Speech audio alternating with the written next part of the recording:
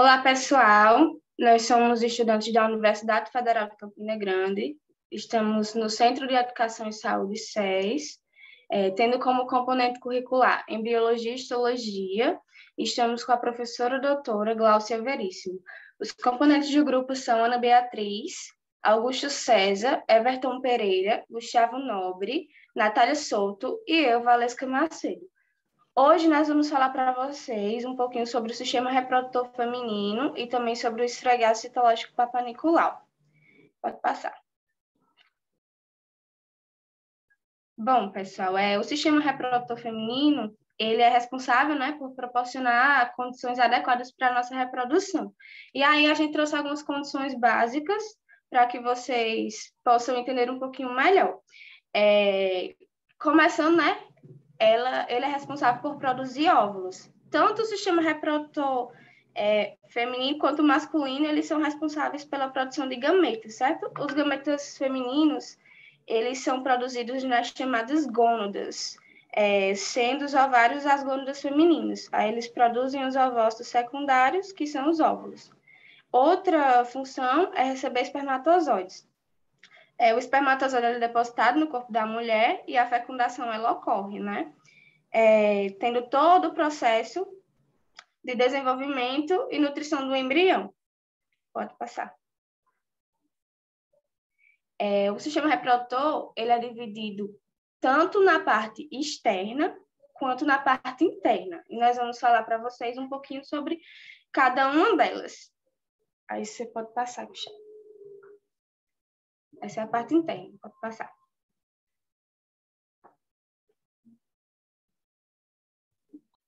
Na parte externa, a gente tem incluso o Monte Pubis ou Monte de Vênus, os grandes lábios, os pequenos lábios, os vestíbulos glandulares e o clítoris. A região onde estão localizados esses órgãos chama-se vulva. E esses órgãos, eles têm as três funções principais, que é permitir que o esperma ele entre no corpo, proteger os órgãos genitais internos de organismos infecciosos e proporcionar o prazer sexual. O Monte Pubis é uma proeminência arredondada de tecido adiposo que cobre o osso púbico. E durante a puberdade, essa parte ela fica coberta de pelos. E o Monte de Vênus, ou Monte de Pubis, ele contém glândulas sebáceas, secretoras de óleo que liberam substâncias que têm participação na atração sexual. Os grandes lábios, eles são pregas de tecidos relativamente volumosas e carnudas que vão envolver e proteger os demais órgãos genitais externos. Os grandes lábios, eles contêm as glândulas sudoríparas e sebáceas que vão produzir secreções lubrificantes. Nos pequenos lábios, eles podem ser pequenos e medir até 5 centímetros de largura e ficam logo na parte interna dos grandes lábios, rodeando os orifícios que conduzem à vagina e à uretra. Uma grande quantidade dos vasos sanguíneos, eles dão aos pequenos lábios uma cor rosada e durante a estimulação sexual, esses vasos sanguíneos eles ficam cheios de sangue, fazendo com que os lábios eles dilatem e se tornem mais sensíveis à estimulação. Nessa área que vocês podem ver da vagina até o ânus, se chama períneo. E esse comprimento ele varia de quase 2 a 5 centímetros. Os grandes lábios e o períneo eles são cobertos com uma pele semelhante à do resto do corpo. E os pequenos lábios são revestidos com uma membrana mucosa, onde sua superfície ela é mantida úmida pelo líquido secretado por células especializadas. A abertura até a vagina ela é chamada de introito e é a porta de entrada para o pênis durante a relação sexual e a saída para o sangue durante a menstruação e para o bebê durante o parto. Os vestíbulos, que fica um perto da uretra e um próximo à abertura vaginal, eles são chamados de Bartholin e Skinny. A diferença entre Bartholin e Skinny é, como eu falei, um é localizado na abertura vaginal, que são as de Bartholin, e a de Skinny é localizada próxima à uretra. E ambas elas têm o objetivo da lubrificação durante a relação sexual. A abertura para a uretra ela é responsável, né, pela transportação da urina da bexiga para fora e está localizada acima e em frente da abertura vaginal. O clítoris, que é bem próximo ali, o primeiro, próximo do monte pubis, ele fica localizado entre os pequenos lábios e na sua extremidade superior, ele possui uma pequena protuberância que corresponde ao pênis do homem. O clítoris, como o pênis, ele é muito sensível à estimulação sexual. E estimular o clítoris pode resultar em um orgasmo. Pode passar. Agora a gente vai ver um pouquinho sobre a parte interna, certo? Que é constituída pelas tubas uterinas, pelo ovário, pela vagina e pelo útero. Pode passar. Começando aqui pelas tubas uterinas, né? No corpo da mulher, observa-se a presença de 2 tubas uterinas, uma em cada lado, tá? Elas medem cerca de 10 a 12 centímetros cada. Elas apresentam uma extremidade que atravessa a parede uterina, tá certo? E abre-se no interior do órgão, e outra extremidade que abre-se próximo do ovário, que é o infundíbulo. E como vocês podem ver na imagem, né? Ele tem tipo umas franjinhas, e essas franjinhas, elas são as fímbrias, tá certo? Na parede das tubas, observa-se a presença de tecido muscular liso, o qual realiza movimentos ativos, e esses movimentos ativos, em conjunto com o movimento de células ciliadas do tecido epitelial, eles garantem que o ovócito, ou então o zigoto, caso tenha ocorrido a fecundação, né, ele movimenta-se em direção ao útero. E aí, geralmente, a fecundação ela ocorre nas tubas uterinas. Como vocês podem ver, ela é dividida em fímbrias, istmo, ampola, infundíbulo. Aí você pode passar. Agora eu vou falar um pouquinho para vocês sobre o ovário, tá? O ovário ele tem um formatozinho de amêndoa, como vocês podem ver na imagenzinha de baixo que eu coloquei. Eles possuem cerca de 3 centímetros de comprimento, 1,5 de largura e 1 de espessura, certo? Eles estão localizados na parte superior da cavidade pélvica, um de cada lado do útero. A superfície dele ela é recoberta por epitélio germinativo e logo abaixo é uma camada de tecido conjuntivo, tá certo? Os ovários, eles produzem 2 importantes hormônios sexuais, que é o estrogênio e a progesterona. Eles estão relacionados com a reprodução, tá certo? O estrogênio, ele é um hormônio que garante que o crescimento e o desenvolvimento e a manutenção dos órgãos reprodutivos. E também ele garante a regeneração do endométrio após a menstruação. Agora, já a progesterona, ela está relacionada com a preparação do útero para receber o bebê. E também com o desenvolvimento das células secretoras de leite durante a gestação, tá certo?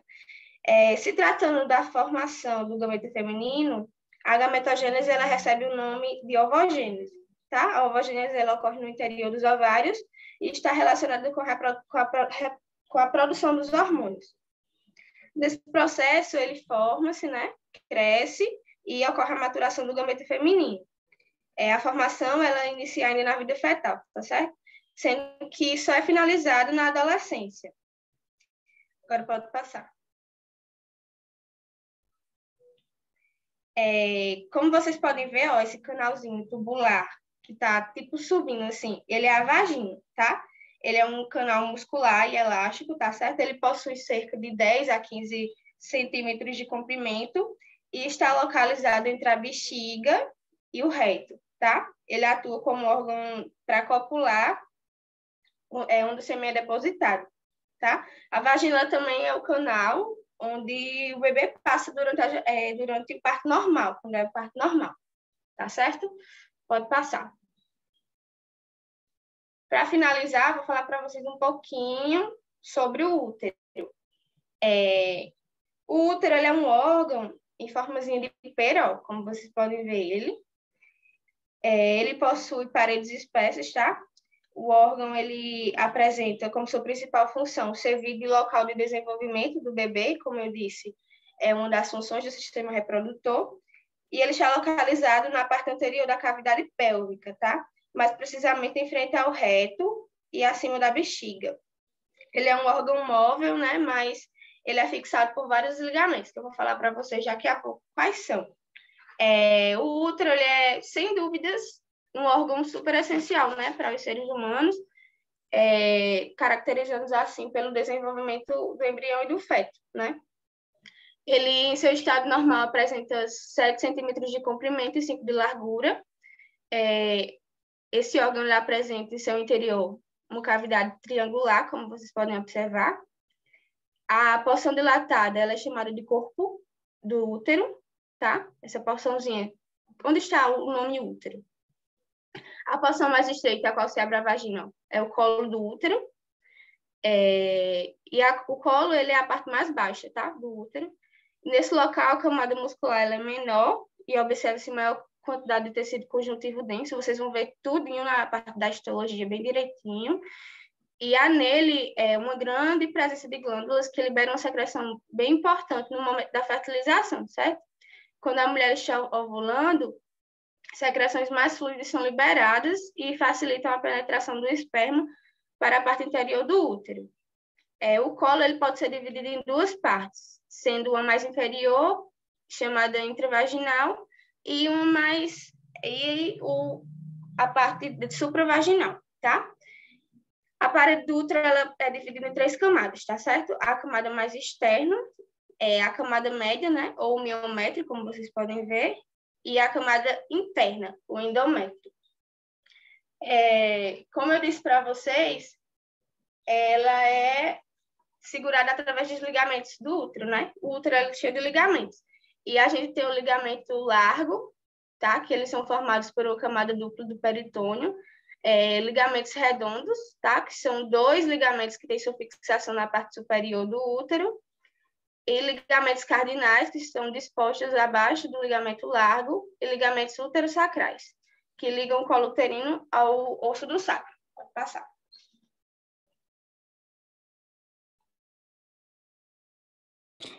Então, pessoal, dando continuidade à nossa apresentação, vamos falar um pouquinho agora das características dos ovários.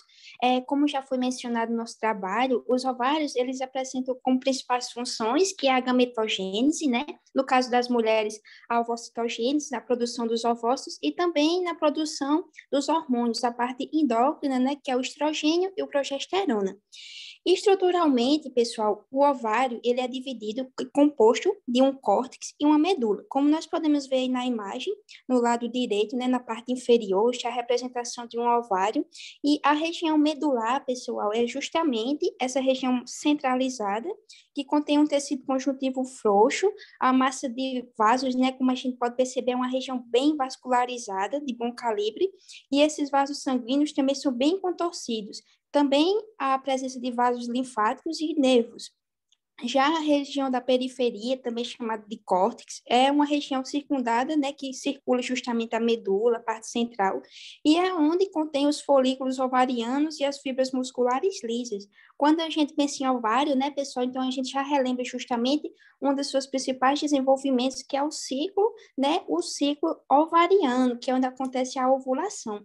O processo de ovulação, como está representado na imagem, pessoal, é um processo pelo qual o oócito secundário ele vai ser liberado no folículo de Graafi, que é onde vai acontecer a sua maduração. Então, o ovócito ele é circundado por essas camadas das células foliculares, e durante a ovulação, o óvulo ele vai atravessar toda a parede do folículo e vai ser liberado, né? E esse processo de liberação do folículo, justamente, ele vai estar interligado com a metade do ciclo menstrual feminino, né? Então, após ele ser liberado, a liberação do folículo, como a gente tem aqui, os folículos primordiais, o folículo em crescimento, e quando ele chega no formato de pré-ovulatório, né? O folículo de Graafi, onde ele vai ser liberado, justamente na metade do ciclo menstrual, ele vai ser direcionado pelas fímbrias, que já foi apresentada para a gente, e permanecendo lá viável, né, para a fecundação durante aproximadamente 24 horas. Interessante ressaltar, pessoal, que, como a gente vê na continuidade do ovário, né, após esse folículo pré-ovulatório, após ele ser colapsado, né, depois que ele sair, suas pregas elas vão ser aprofundadas, dobradas e vão se transformar, como a gente vê mais na frente, essa parte amarelinha, no corpo lúteo, pessoal. E em seguida, esse corpo lúteo, né, que ele possui uma grande camada de tecido adiposo, ele vai sendo envolvido por o chamado corpus de albicans, que é justamente, né, remanescente de corpos lúteos de ciclos ovarianos anteriores.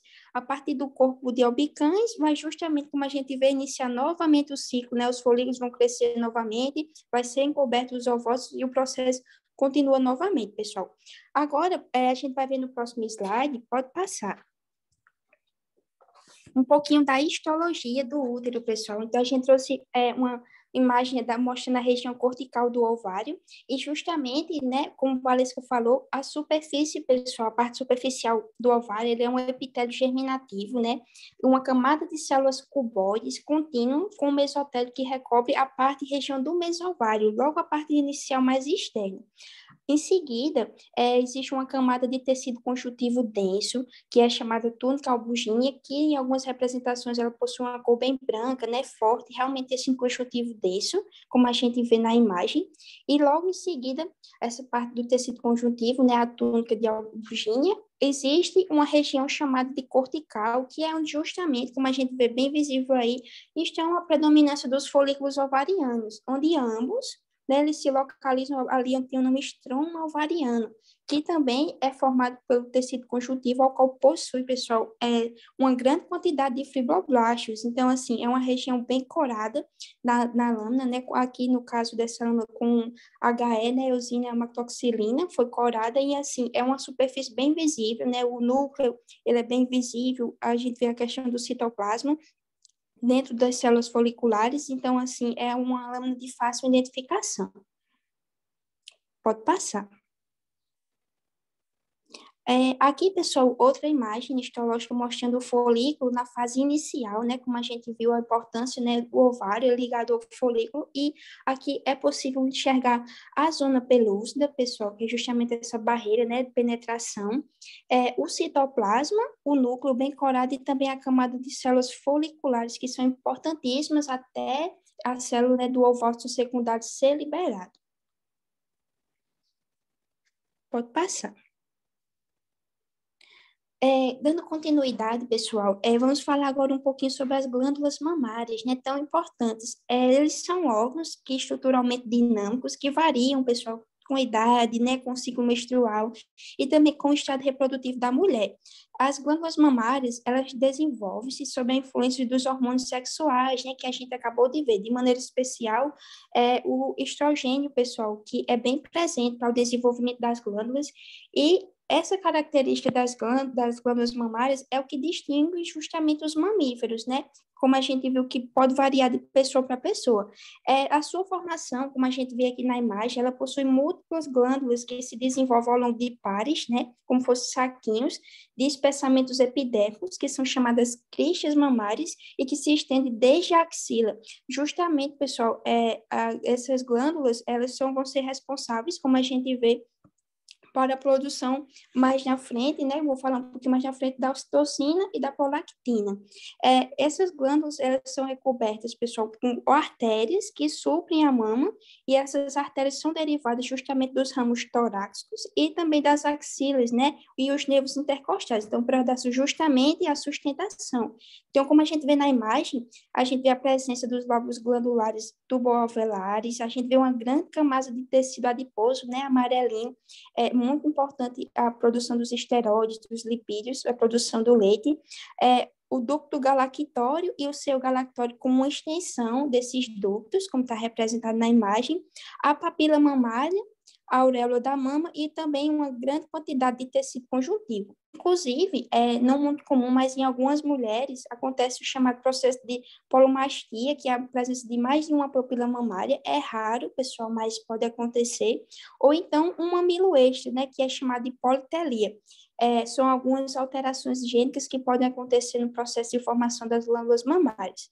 Nos homens, né, a gente pensa glândulas mamárias, lembra logo realmente as mulheres, mas nos homens, durante o processo embrionário, também há a produção dessas glândulas, mas justamente a presença de testosterona, ele vai atuar sobre as células mesenquimais e vai impedir o processo de desenvolvimento dessas glândulas, que é ao contrário justamente das mulheres. Essas glândulas, pessoal, mamárias, elas permanecem em estado inativo bem interessante, durante o desenvolvimento até a gravidez. Então, no período da gravidez, não é liberado, né, o leite, mas essas glândulas só vão ser ativadas após o nascimento e induzidas, como falei, pela prolactina, também chamada de PRL, e secretada pela adenohipófise. A injeção do leite, e aí sim vai ser controlada pela ocitocina, que foi formada na neurohipófise. Então, a progesterona ela inibe e após o nascimento da criança, ela vai ser ativada. Interessante é que na menopausa, pessoal, essas glândulas, o componente glandular, é uma característica da menopausa o regredimento dessas glândulas, né? E ela vai ser substituída, como tem aqui na imagem, por gordura, principalmente, que já possui uma grande quantidade de tecido conjuntivo. Então, é por isso que é comum as glândulas das mulheres após a menopausa regredirem, né? Ficarem mais densas. Pode passar.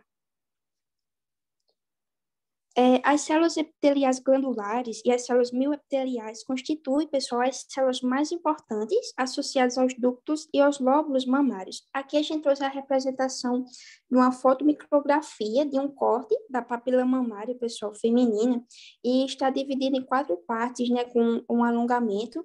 Nessa parte A, essa primeira imagem que fala dos ductos galactórios, a gente tem uma micrografia, um pequeno aumento, né, e aí está representando, pessoal, a parte central da papila mamária, que consiste em tecido conjuntivo denso, por isso que é bem corado, feixes de músculo liso e os ductos galactóforos que se abrem na superfície da papila mamária ainda ali na fase inicial. Na parte B, a gente tem a parede, ali um pouquinho do aumento, pessoal, né? A parede de um dos ductos galactóforos é mostrada num maior aumento, e o epitélio, a gente percebe que ele é estratificado, né, com células cuboides e consiste em camadas de 2 células. À medida que se aproxima da extremidade da papila mamária, vai se modificando esse epitélio estratificado em pavimentoso e vai só se tornando contínuo juntamente com até entrar em contato com a epidérmide. Na letra C, pessoal, a gente vê aqui a presença das setinhas, né, mostrando justamente um aumento maior da glândula sebácea, pessoal, chamada do retângulo, né? A gente vê que o epitélio glandular ele é bem também contínuo, é quase que terminando a epiderme, né, como mostra as setinhas, e o sebo ali vai sendo secretado sobre a superfície epidérmica. Então, a presença de tecido adiposo é muito importante nas glândulas mamárias.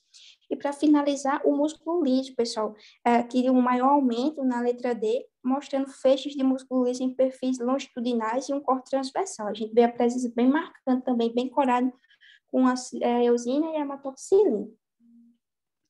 Pode passar.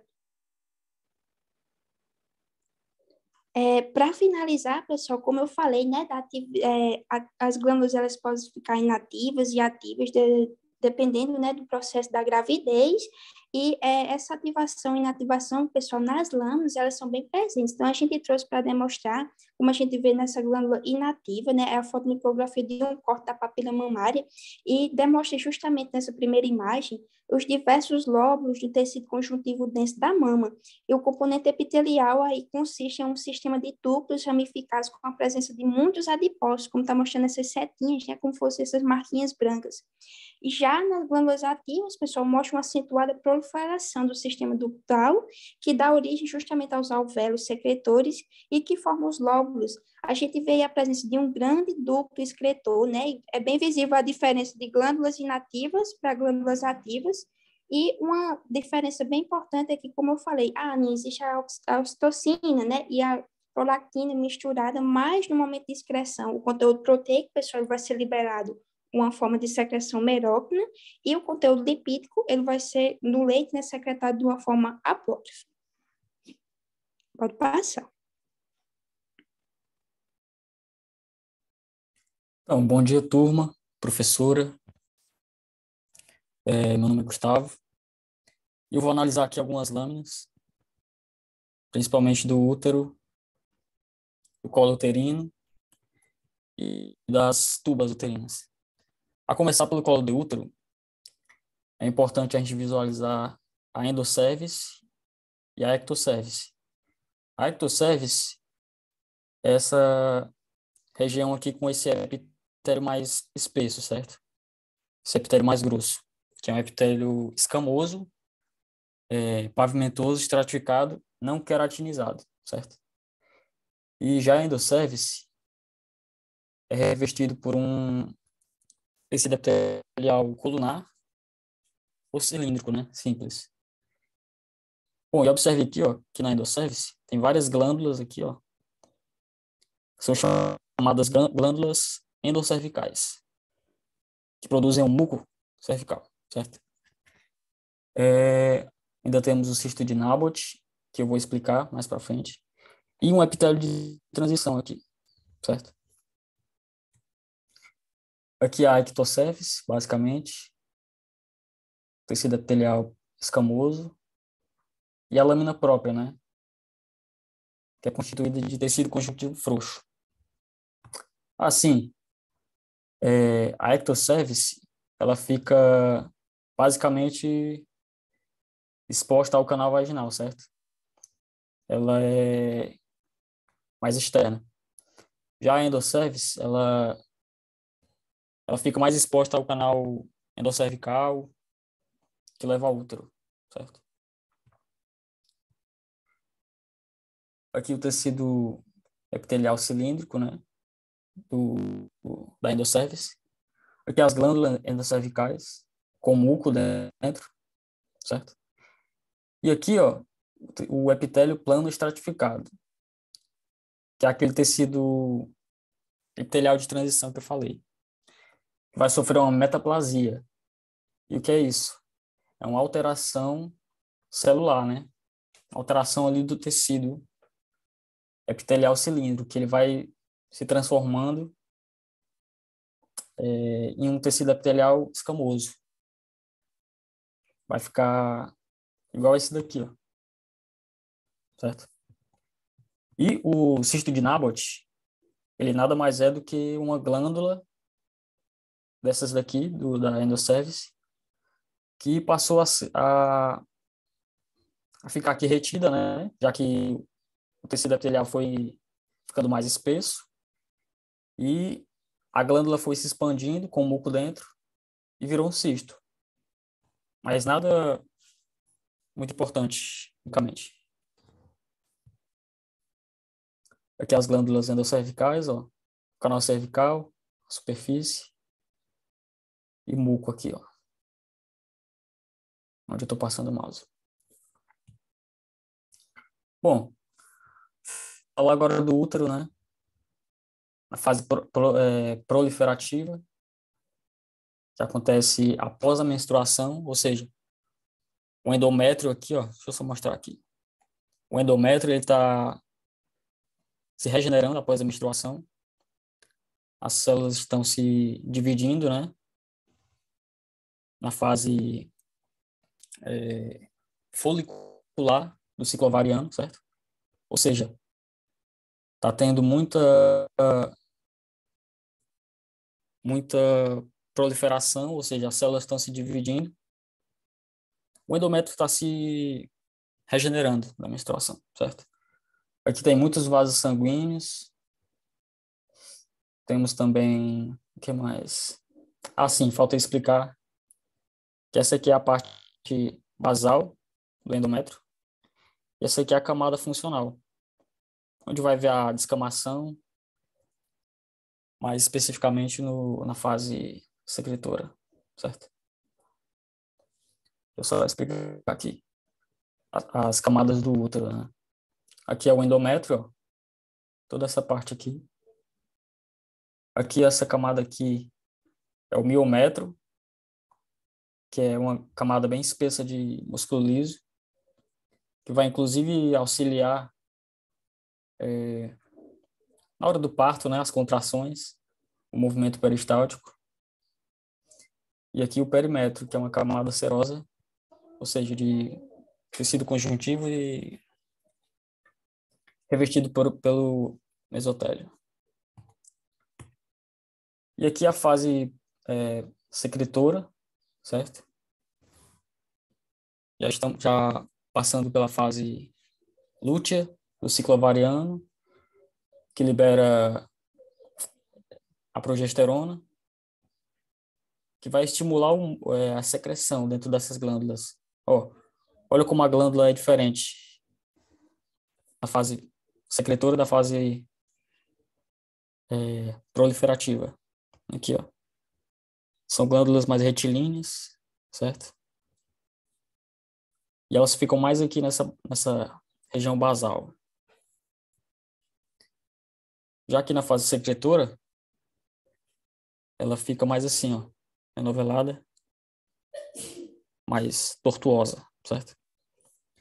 E ela preenche tanto a parte basal aqui, a região basal, como a camada funcional. Então fica cheio de glândulas aqui, ó.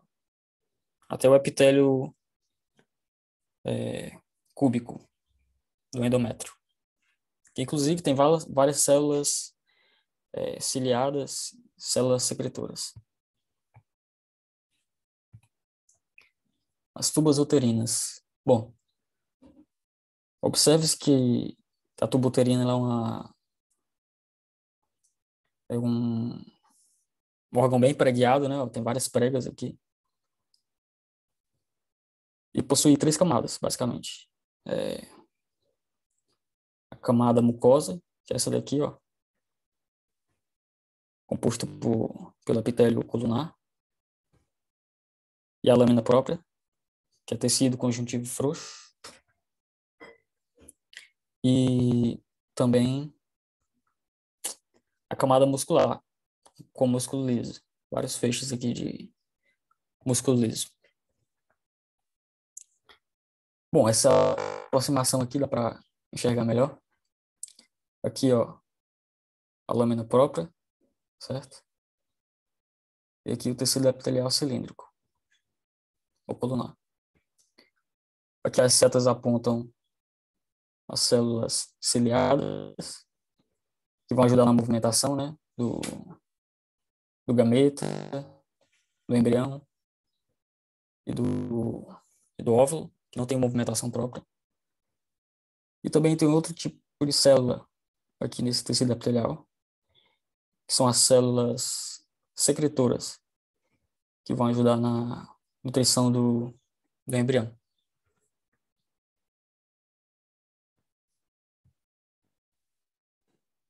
Olá, bom dia. Meu nome é Everton. Vamos começar falando um pouco da placenta. Como podemos ver, a placenta é um feto em desenvolvimento, é mantido pela placenta que se desenvolve a partir dos tecidos fetais e maternos.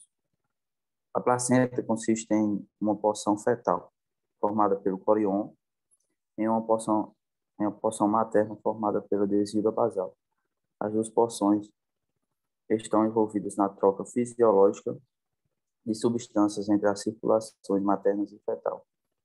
Essa imagem mostra uma ilha de epitélio estratificado, pavimentoso e maduro, circundado pelo epitélio simples colunar, que geralmente é encontrado no canal cervical. Pode passar.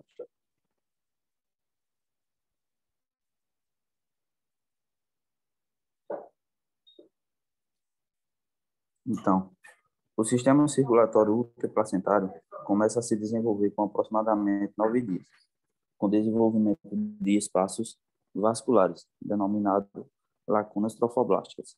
No sincício trofoblástico, os sinusoides maternos que se desenvolvem a partir dos capilares presentes na porção materna se anastomosam com as lacunas trofoblásticas. A pressão diferencial entre os canais arteriais e venosos que se comunicam com as lacunas estabelece o fluxo direcional das artérias para as veias, estabelecendo assim uma circulação ultraplacentária primitiva. Numerosas vesículas inocióticas presentes no sincício trofoblástico indicam a transferência de nutrientes dos vasos maternos para o embrião, a proliferação do citotrofoblástico e o crescimento do mesoderma coriônico e o desenvolvimento dos vasos sanguíneos sucessivamente dão origem às vilosidades coriônicas. As vilosidades sofrem as seguintes modificações. Primeiro, as vilosidades coriônicas primárias são formadas pela rápida proliferação do citotrofoblástico. As vilosidades enviam cordões ou massas de células para dentro das lacunas trofoblásticas preenchidas de sangue do sincício trofoblástico E as vilosidades primárias surgem entre os dias 11 e 13. 13 do desenvolvimento. As vilosidades coriônicas secundárias são compostas de um núcleo central de mesenquima, circundado por uma camada interna de citotrofoblasto e por uma camada externa de sincitofoblasto. Desenvolve-se por volta do 16º dia, quando as vilosidades coriônicas primárias são invadidas pelo tecido conjuntivo frouxo do mesenquima coriônico. As vilosidades secundárias recobrem toda a superfície do saco coriônico. E as vilosidades coriônicas terciárias, que é o último ponto, são formadas no final da terceira semana, quando as vilosidades secundárias tornam-se vascularizadas com os vasos sanguíneos e se desenvolvem no núcleo do tecido conjuntivo. À medida que as vilosidades terciárias estão se formando, as células citotrofoblásticas continuam crescendo através do sincitofoblasto. Quando encontram um endométrio materno, crescem lateralmente e encontram prolongamentos semelhantes que crescem a partir das vilosidades vizinhas. Assim forma-se uma camada delgada de células citotrofoblásticas, denominada concha trofoblástica, ao redor do sincitofoblasto. A concha trofoblástica é interrompida apenas nos locais em que os vasos maternos se comunicam com os espaços intervilosos. As vilosidades coriônicas formam-se continuamente a partir dos brotos trofoblásticos durante toda a gestação. Vamos deixar fora passar.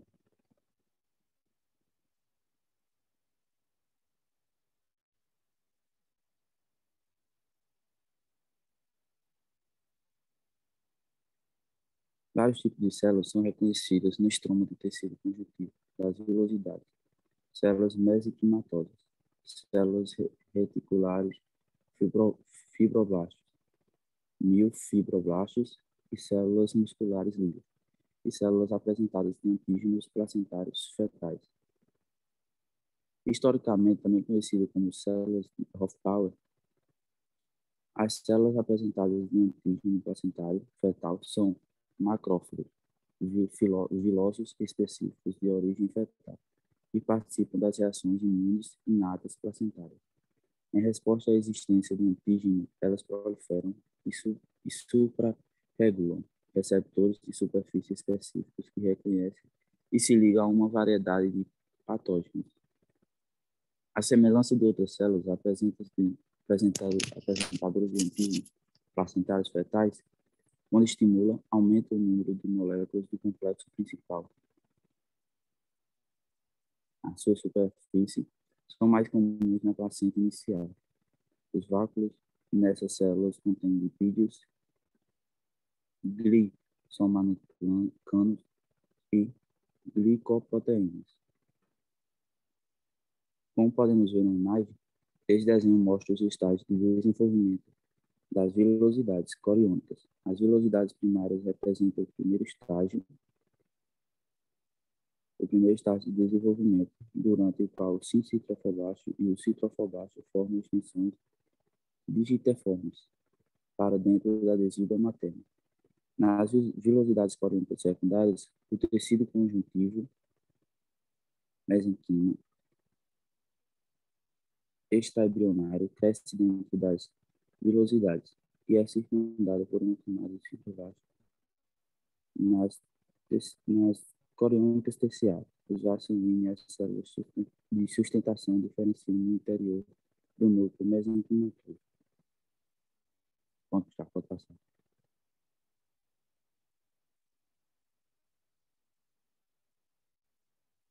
No início do desenvolvimento, os vasos sanguíneos das vilosidades tornam-se conectados com os vasos do embrião.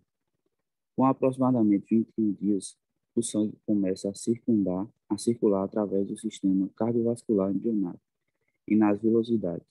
Os espaços intervilosos fornecem um local para a troca de nutrientes, produtos e intermediários metabólicos e resíduos entre os sistemas circulatórios materno e fetal. Durante as primeiras 8 semanas, as vilosidades recobrem toda a superfície coriônica. No entanto, À medida que o crescimento prossegue, as vilosidades na adesiva capsular começam a degenerar, produzindo uma superfície lisa e relativamente avascular, denominada coriônica. As velocidades adjacentes, a adesiva basal aumenta rapidamente de tamanho e de número e tornam-se altamente ramificadas. Essa região do corion constitui o componente fetal da placenta e é denominada corion frondoso ou corion viloso. A camada da placenta a partir da qual as vilosidades se projetam é denominada placa coriônica durante o período de crescimento rápido do corion frondoso. Aproximadamente quarto ao quinto mês de gestação, a porção fetal da placenta é dividida pelos septos placentários residuais em 15 a 25 áreas denominadas cotiledôneas. Os septos placentários semelhantes a cunhas formam os limites do cotiledôneo e, como não se fundem com a placa coriônica, o sangue materno pode circular facilmente entre eles. Os cotiledôneos são visíveis com protuberâncias do lado materno da placa basal. A adesiva basal forma uma camada compacta que é componente materno. A parte externa da placenta que está em contato com a parede uterina consiste em tecidos embrionários, concha trofoblástica contendo uma fina camada de sincício trofoblástico e citotrofoblástico e tecidos maternos, descida basal. Os vasos dessa porção do endométrio fornecem sangue aos espaços intervelosos, com exceção de rupturas das paredes capilares. Ocorrência relativamente rara e mais comum no parto. O sangue fetal e o sangue materno não se misturam. O sangue fetal e o sangue materno são separados pela barreira placentária. A separação entre sangue fetal e o sangue materno, denominada barreira placentária, é mantida principalmente pelas camadas do tecido fetal.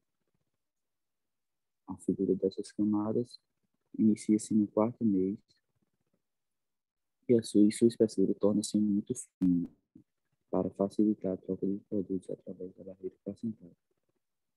O adelgaçamento da parede da vilosidade é promovido em parte pela expansão superficial e de volume das vilosidades, bem como pela degeneração da camada citotrofoblástica interna. Essa segunda figura aqui do nosso lado direito mostra a superfície amniótica, a placa coriônica, e abaixo a superfície da vilosidade coriônica, VC, de vários tamanhos. Essas vilosidades emergem da placa coriônica como grandes vilosidades tronco e ramificam-se em vilosidades cada vez menores. Os vasos sanguíneos são evidentes nas vilosidades maiores. As vilosidades menores contêm capilares em que contém as trocas. Este aumento mostra o epitélio simples cuboide do âmago e o tecido conjuntivo subjacente. Este aumento maior mostra a vilosidade em que um corte transversal contém diversos vasos sanguíneos de maior calibre e sua camada superficial delgada de sincício e trofoblástico. Pode passar.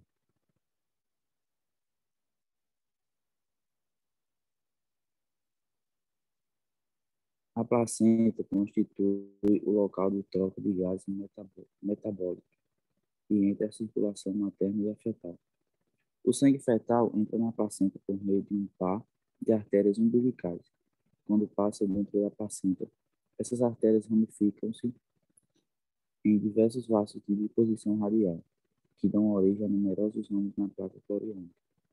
Os ramos desses vasos penetram nas vilosidades, formando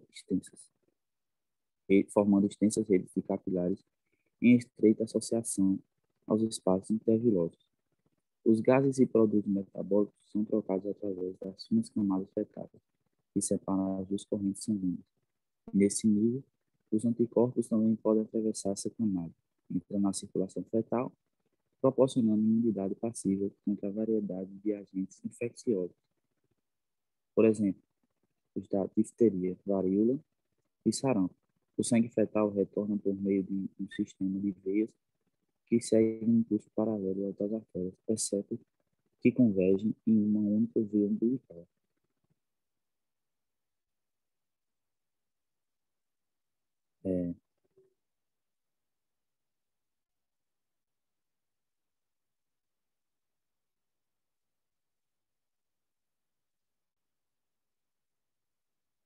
Essa imagem com um embrião em desenvolvimento mostra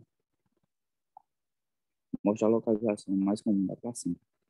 A placenta madura, abaixo, é dividida em cotiledôneos pelos fetos placentários, que são formados por uma evaginação de tecido basal.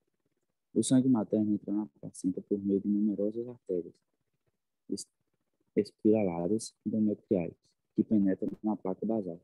À medida que o sangue entra no colídano, ele é direcionado profundamente nos espaços intervilosos, setas vermelhas. Em seguida, passa sobre a superfície das vilosidades, onde ocorre a troca de gases e de produtos metabólicos. Por fim, o sangue materno deixa o espaço interviloso por meio das veias endometriais. O sangue fetal entra na placenta através das artérias umbilicais, que se dividem em uma série de artérias de disposição radial dentro da placa coriana. Ambos os vasos passam por dentro das vilosidades troncos principais e nesse local formam extensas redes de capilares.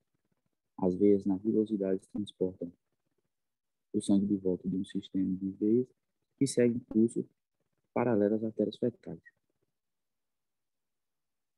Pronto, só foi passar.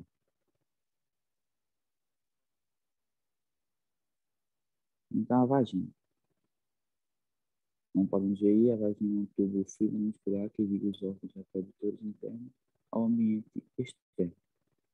A vagina é uma baía fibromuscular que se estende do colo do útero até o vestíbulo, que corresponde à área dos lábios menores do pudendo.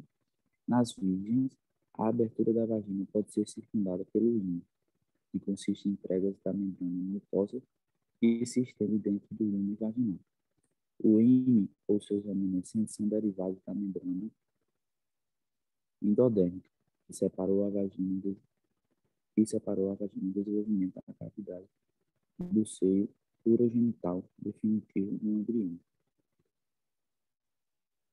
A parede vaginal consiste nas seguintes estruturas: a camada mucosa, a camada muscular e a camada adventícia. A vagina contém um epitélio estratificado pavimentoso, não queratinizado, e é desprovido de glândulas. O lume da vagina é revestido pelo epitélio estratificado pavimentoso, não queratinizado. Sua superfície é lubrificada principalmente pelo muco produzido pelas glândulas cervicais. As glândulas vestibulares maiores e menores, localizadas na parede do vestíbulo da vagina, produzem muco adicional, que lubrifica a vagina. Não há glândulas na parede da vagina. O epitélio da vagina sofre alterações cíclicas durante o ciclo menstrual, sob a influência dos estrógenos, durante a fase folicular. As células epiteliais sintetizam e acumulam glicogênio. À medida que migram para a superfície, as células sofrem descamação contínua. No entanto, próximo da fase menstrual ou durante ela, a camada superficial do epitélio vaginal pode ser descamada.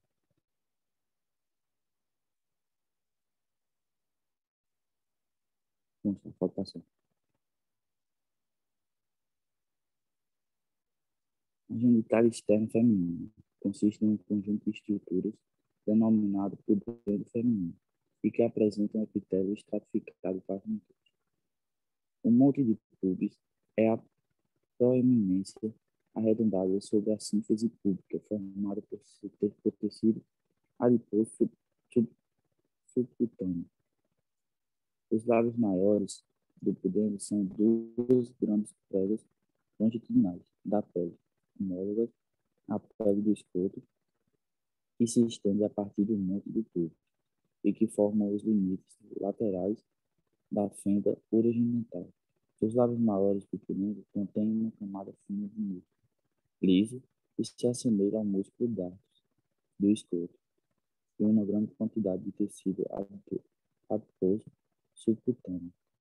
A superfície externa, assim como a do monte do pubis, é revestida por pelos púrpuras. A superfície interna é lisa e desprovida de pelos. Observa-se a existência de glândulas sebáceas sudoripadas em ambos as superfícies. Os lábios menores consistem em um par de pregas de pele desenvolvidas de pelos que margeiam o vestíbulo e são homólogas. A pele do pênis existe uma quantidade abundante de pigmento de melanina nas células profundas do epitélio. O centro do tecido conjuntivo, dentro de cada prega, é desprovido de gordura, mas contém numerosos vasos sanguíneos e fibras elásticas delgadas. Essa imagem mostra a superfície interna dos lábios maiores do por dentro. Em pequeno aumento, mostra o seu epitélio não queratinizado e a quantidade abundante de glândulas sebáceas.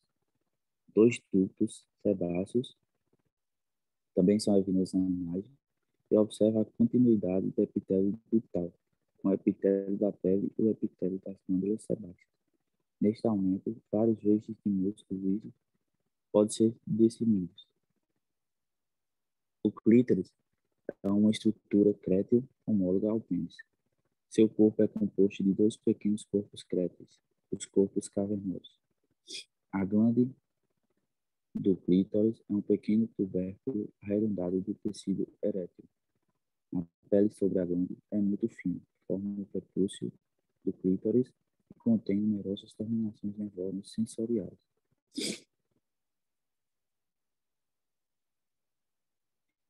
Vestíbulo da vagina. O vestíbulo é revestido por epitélio estratificado pavimentoso. Numerosas glândulas mucosas pequenas, as glândulas vestibulares menores, também denominadas glândulas de Skene, são encontradas principalmente próximo do clítoris e ao redor do ósteo externo da uretra. Pronto, está. Pode passar. Esfregaço citológico ou exame de Papa Nicolau. O nome tem origem em homenagem ao patologista grego Georges Papa Nicolau, que criou esse método no início do século. O que é o exame de Papa Nicolau?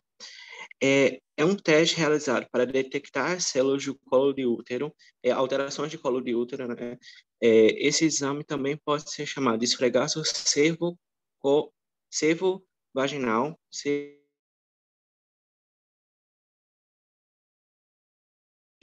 para detectar lesões e fazer diagnósticos de doenças bem antes do início, bem antes que a mulher tenha início de sintomas, onde pode ser realizado. Esse exame ele é realizado em postos de saúde ou em hospitais que tenham que tenham pessoas que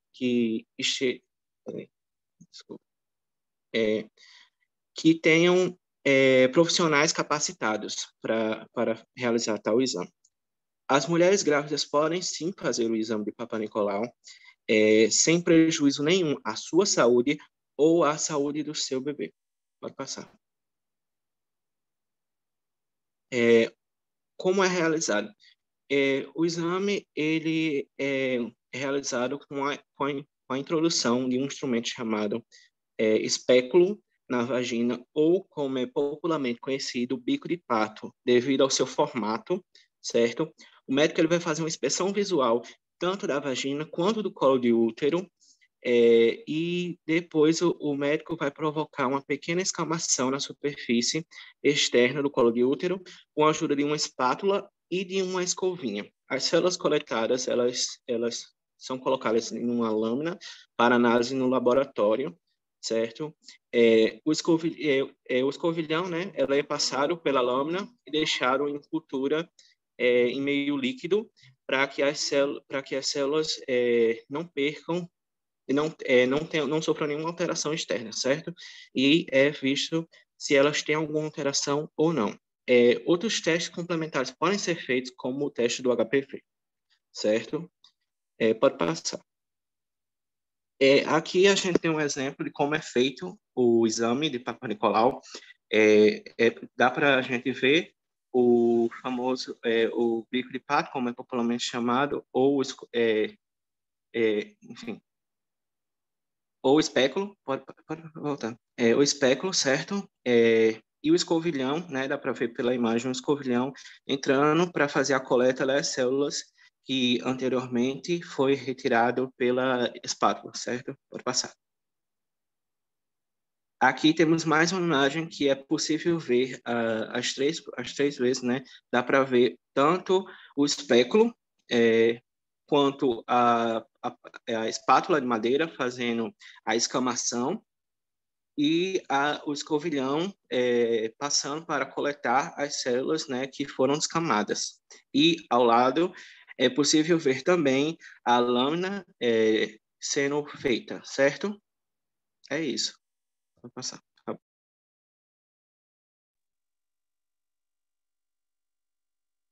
É isso. Referências é isso, gente. Tá bom.